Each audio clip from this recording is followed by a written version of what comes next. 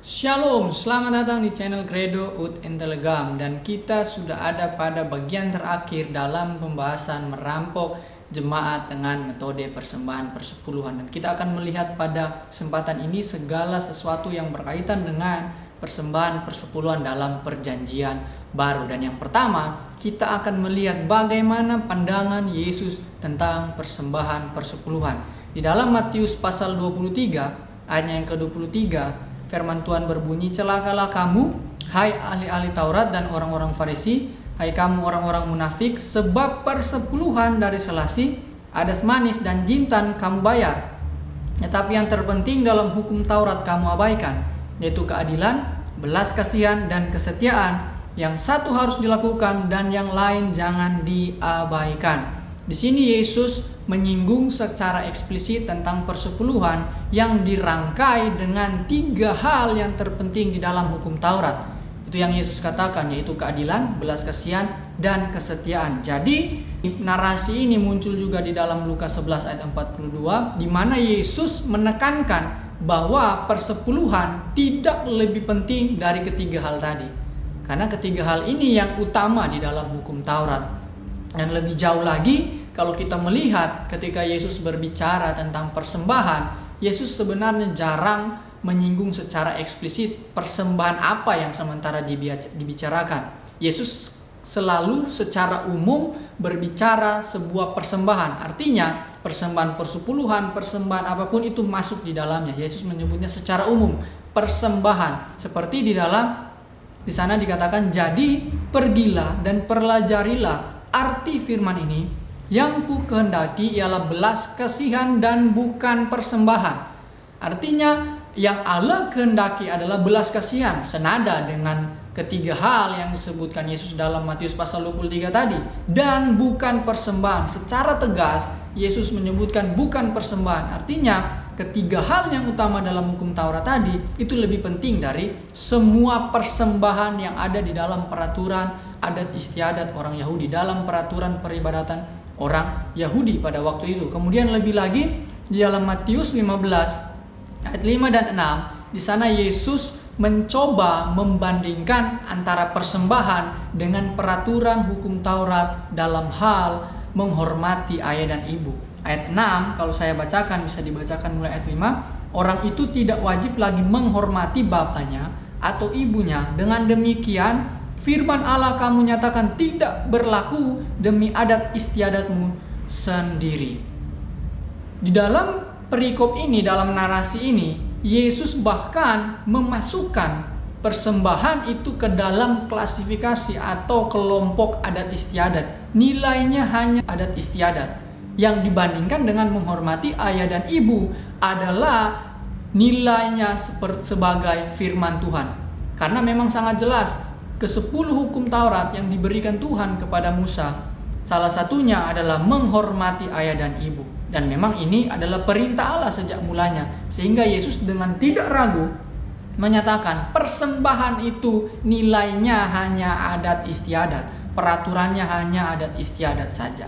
Nah, dan dari ayat-ayat yang sudah kita baca satu persatu tadi, kita dapat memberikan beberapa poin di sana. Yang pertama, pandangan Yesus tentang persembahan persepuluhan. Dari seluruh catatan Injil, Yesus hanya satu kali secara eksplisit menyebutkan persepuluhan. Dan bahkan dibandingkan dengan ada hal yang lebih utama daripada persepuluhan, yaitu 3 hal tadi yang sudah kita baca. Itu yang pertama, pandangannya hanya satu kali secara eksplisit. Kemudian yang kedua, Yesus mengklasifikasikan persembahan ke dalam kelompok aturan adat istiadat. Nilainya hanya adat istiadat, dikontraskan dengan firman Tuhan, menghormati ayah dan ibu. Itu perintah Allah sejak mulanya. Kemudian yang ketiga, kasih kepada Allah dan sesama lebih utama daripada segala korban. Bisa dilihat Markus pasal 12 ayat 33. Nah, dari catatan teks-teks tersebut, sebenarnya tidak akan kita temukan bahwa adanya pergumulan di dalam pemahaman orang Yahudi pada waktu itu untuk mengatakan bahwa persembahan persepuluhan wajib enggak wajib atau enggak sih diberikan kepada Allah. Jadi sudah tidak ada persoalan dalam pemahaman orang Yahudi, sebab mereka sangat jelas dan sangat mengerti, sangat mengetahui kronologi mengapa adanya persembahan persepuluhan. Dan dapat dipastikan Yesus sendiri tidak menarik persembahan persepuluhan. Kenapa? Karena Yesus bukan dari suku Lewi. Karena orang Yahudi sangat paham persembahan persepuluhan adalah milik suku Lewi. Jadi dipastikan Yesus tidak menarik persembahan persepuluhan. Kemudian yang selanjutnya, dari ucapan Yesus berkaitan dengan persembahan dan korban, memberi penegasan tentang kemahakuasaan Allah yang tidak bergantung kepada makhluk apapun. Karena memang jelas dia Allah yang maha kuasa, dia Allah yang maha hadir, maha segalanya, sehingga dia tidak membutuhkan persembahan atau korban dari manusia untuk dapat menyambung kehidupannya. Karena kalau Allah membutuhkan persembahan atau korban untuk dapat menyambung keberadaan atau kehidupan daripada Allah sendiri, maka Allah seperti apa yang bergantung kepada makhluk lain? Karena Allah yang kita sembah adalah Allah yang maha kuasa, jadi sebenarnya dia tidak membutuhkan hal-hal ini. Nah, dan itu pun selalu ditegaskan Yesus ketika sementara berbicara tentang persembahan. Allah tidak butuh persembahan, Allah tidak butuh korban sebenarnya. Nah, itu sebabnya perlu untuk kita pahami apa itu persembahan dan korban di dalam Perjanjian Baru. Namun kita akan memperhatikan terlebih dahulu eksposisi Ibrani pasal 7 ayat 1 sampai yang ke-10. Kenapa saya mengangkat perikop ini? Karena di dalam perikop ini lebih dari 2 atau 3 kali menyebutkan tentang persepuluhan. Namun perlu ditegaskan, secara konteks lagi kita akan melihat ayat ini tidak sementara mempersoalkan untuk membayar persepuluhan wajib atau tidak wajib. Jadi saya tidak membahas hal itu di dalam narasi ini, sebab sangat jelas narasi ini berbicara tentang status keimaman dan hak dari keturunan Lewi. Jadi tidak lagi mempersoalkan wajib atau tidak wajib membayar persembahan persepuluhan. Tadi saya sudah katakan, sudah selesai itu di pemahaman orang Yahudi. Nah, dan yang terakhir, konteks dari ayat ini itu sementara berbicara tentang keimaman Yesus yang dibandingkan dengan keimaman suku Lewi dan keimaman Melkisedek. Ya, keimaman Yesus ditegaskan pada ayat 14 sampai ayat yang ke-17. Namun persoalannya dari narasi ini, di dalam ayat 5 dan 6 itu muncul frase memungut persepuluhan sampai 2 kali. Pertama ayat 5 bunyinya seperti ini, dan mereka dari anak-anak Lewi yang menerima jabatan imam mendapat tugas menurut hukum Taurat untuk memungut persepuluhan dari umat Israel, yaitu dari saudara-saudara mereka, sekalipun mereka ini juga adalah keturunan Abraham. Tetapi ini persoalannya di sini. Melkisedek yang bukan keturunan mereka memungut persepuluhan dari Abraham dan memberkati dia walaupun ia adalah pemilik janji. Di ayat 6 muncul mengatakan bahwa Melkisedek memungut persepuluhan dari Abraham. Artinya secara sengaja menarik persepuluhan dari Abraham. Nah, jika narasi ini menjelaskan hal seperti itu, bahwa ternyata Melkisedek dengan sengaja memungut persepuluhan dari Abraham, itu akan sangat bertentangan dengan peristiwa yang ada di dalam Kejadian. Sebab di dalam Kejadian Melkisedek tidak dengan sengaja memungut persembahan persepuluhan, artinya bukan inisiatif dari Melkisedek. Nah, itu sebabnya bagaimana kita mendamaikan teks-teks ini agar supaya selaras dengan fakta pada Perjanjian Lama. Nah, kita akan melihat di dalam teks asli, kata memungut persepuluhan dalam ayat dan 5 itu menggunakan frase yang berbeda. Pertama ayat 5 mengatakan memungut persepuluhan itu exousin apodekaton. Artinya pemilik atau yang memegang persepuluhan. Ya jelas suku Lewi. Artinya dari teks aslinya exousin ini memberi penegasan bahwa memang benar adanya suku Lewi yang memegang pemilik persembahan persepuluhan. Kemudian ayat 5 menariknya, kata memungut persembahan persepuluhan itu menggunakan kata dedekatoken Abram. Artinya telah menerima persepuluhan dari Abraham. Dari teks asli pada ayat 6 ini memberi pengertian kepada kita bahwa tidak ada persoalan antara ayat 6 dan ayat ayat yang ada di dalam Perjanjian Lama yang berkaitan dengan kronologi Melkisedek dan Abraham.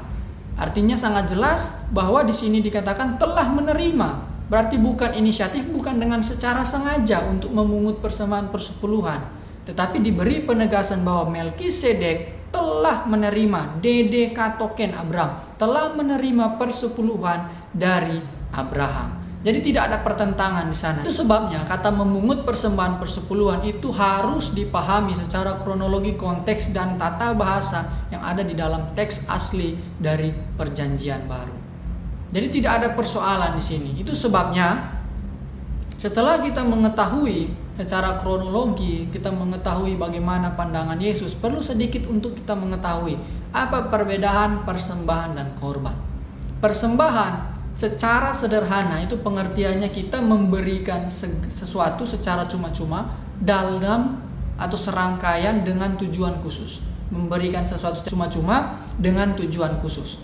Nah, apa berbedanya dengan korban? Korban itu pengertiannya hampir sama, memberi sesuatu secara cuma-cuma atau gratis dengan tujuan khusus, namun diberi penekanan adanya unsur pengorbanan di sana. Nah, inilah yang menjadikan perbedaan persembahan dan korban. Itu sebabnya ketika sebuah pemberian kepada Allah terus dikatakan korban, itu biasanya dalam bentuk binatang, persembahan korban binatang. Karena di sana ada pengorbanan, di sana ada darah yang tercurah dan sebagainya. Itu sedikit perbedaan yang perlu kita mengetahui apa yang dimaksud persembahan dan apa yang dimaksud dengan korban. Nah, setelah kita melihat bagaimana pandangan Perjanjian Baru tentang persembahan persepuluhan, ternyata tidak ada persoalan di sana apakah wajib atau tidak wajib. Penting untuk kita mengetahui lebih jauh lagi seperti apa pandangan persembahan dalam Markus pasal 10 ayat 21. Tetapi Yesus memandang dia dan menaruh kasih kepadanya, lalu berkata kepadanya, hanya satu lagi kekuranganmu. Pergilah, jualah apa yang kamu miliki dan berikanlah itu kepada orang-orang miskin, maka engkau akan beroleh harta di sorga. Kemudian datanglah kemari dan ikutlah aku. Di dalam mengikut Tuhan, pandangan Allah tentang persembahan, pandangan Yesus sendiri tentang persembahan, bagaimana kita memberi sepenuhnya yang ada dalam kehidupan kita kepada Allah. Di sini sangat jelas disuruh jual, kemudian ikutlah aku. Dan Yesus memang tertarik dengan pribadi orang tersebut, bukan apa yang ada di dalam atau apa yang dimiliki oleh orang tersebut. Makanya dia bilang jual seluruh baru ikutlah aku. Jadi Yesus menuntut sepenuhnya atau dalam persentase 100% dari apa yang ada di dalam kehidupan kita yang harus kita berikan kepada Tuhan. Itu pandangan Yesus. Yesus menuntut 100%, bukan 10%, 100%. Kemudian pandangan Paulus di dalam memberi persembahan itu senada dengan Yesus, karena pasti Paulus sangat paham dengan ajaran Kristus tentang persembahan. Makanya dikatakan di dalam Roma pasal 12 ayat yang pertama, dikatakan di sana, karena itu saudara-saudara, demi kemurahan Allah aku menasihatkan kamu supaya kamu mempersembahkan tubuhmu sebagai persembahan yang hidup, yang kudus dan yang berkenan kepada Allah. Itulah ibadahmu yang sejati. Paulus juga memberi penekanan bahwa di dalam kita memberikan sesuatu kepada Allah, pemberian hidup ini kepada Allah itulah yang terutama. Artinya memberi sepenuhnya kepada Allah dan bukan 10%, sepenuhnya 100%. Kemudian juga di dalam surat Ibrani 13 ayat 15, sebab itu marilah kita oleh Dia senantiasa mempersembahkan korban syukur kepada Allah, yaitu ucapan bibir yang memuliakan namanya. Secara implisit juga menegaskan bahwa pemberian hidup inilah yang terutama di hadapan Tuhan. Pemberian sepenuh kehidupan ini di hadapan Tuhan. Jadi ketika kita memahami di dalam Perjanjian Lama ada sebuah tuntutan yang lebih tinggi dari pemberian persembahan persepuluhan, maka kita tidak akan kesulitan di dalam melakukan setiap ketetapan firman yang sudah Allah berikan bagi kita. Artinya kita harus paham dulu konsep persembahan di dalam Perjanjian Baru. Konsep persembahan yang Allah mau itu seperti apa? Yaitu memberi sepenuhnya kepada Tuhan. Dan jadi pertanyaan, haruskah orang Kristen memberi persembahan persepuluhan? Tentunya ini yang menjadi pertanyaan bagi kita semua. Haruskah orang Kristen memberi persembahan persepuluhan? Namun ketika kita melihat kebenaran firman Tuhan pada kesempatan ini bahwa ada sesuatu yang lebih lagi yang dituntut oleh Tuhan, maka kita wajib memberikan seluruh kehidupan kita lebih dari persembahan persepuluhan yang ada di dalam perjanjian lama. Contoh yang diberikan oleh Yakub ketika dia mengetahui, menyadari bahwa apa yang dia miliki adalah milik Tuhan, sebagai ungkapan syukur dia memberikan persembahan persepuluhan. Kita lebih lagi dituntut memberi sepenuhnya yang ada di dalam kehidupan kita. Jadi lewat pembelajaran merampok jemaat dengan metode persepuluhan, kita menemukan setidaknya 3 implikasi bagi kita semua. Yang pertama, implikasi bagi para pengajar persepuluhan. Baiklah kita memahami segala sesuatu yang berkaitan dengan teks yang kita kutip untuk membenarkan dalil ajaran yang akan kita kemukakan. Karena ketika kita tidak memahami segala sesuatu yang berkaitan dengan teks tersebut, berbicara tentang konteks, berbicara tentang hubungan kata dari teks tersebut, maka dengan secara sengaja kita akan mentabrakan teks tersebut dengan dalil yang kita angkat dan memberikan sebuah solusi atau memberikan sebuah kesimpulan ternyata dalil yang kita kemukakan dengan ayat yang kita angkat itu saling bertentangan.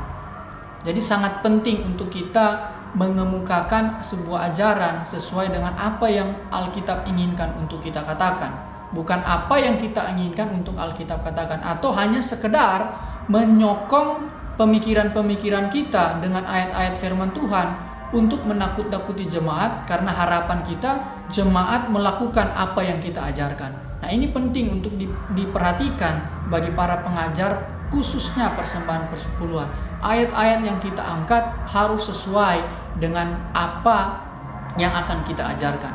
Jadi bukan apa yang kita inginkan, tetapi apa yang benar-benar Alkitab inginkan.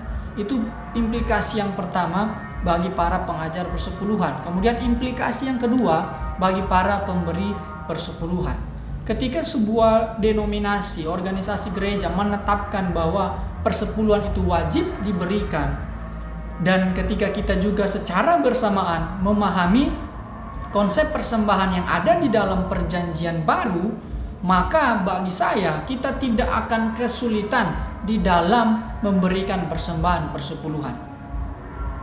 Kenapa? Karena persembahan yang utama ialah kita memberikan sepenuhnya, maka sudah pasti seseorang yang memberikan 100% dengan mudah dia memberikan 10%.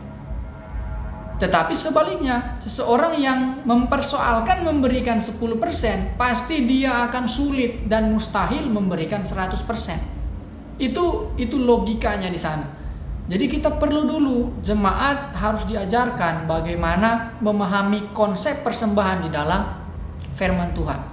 Jadi ketika kita tahu ternyata kita harus memberikan sepenuhnya atau 100%, maka bukan menjadi persoalan kita meneladani teladan yang ditinggalkan, yang dicontohkan oleh tokoh-tokoh Alkitab berkaitan dengan persepuluhan, yaitu Yakub sendiri, di mana bentuk ucapan syukurnya kepada Tuhan, dia bernasar bahwa dia akan memberikan 1/10 dari segala yang dia miliki. Jadi itu rumusan bagi para pemberi persepuluhan. Memberi 100 sudah pasti tidak persoalan dia memberi 10. Tetapi orang yang mempersoalkan memberi 10, mustahil dia dapat memberi sepenuhnya kehidupannya kepada Tuhan.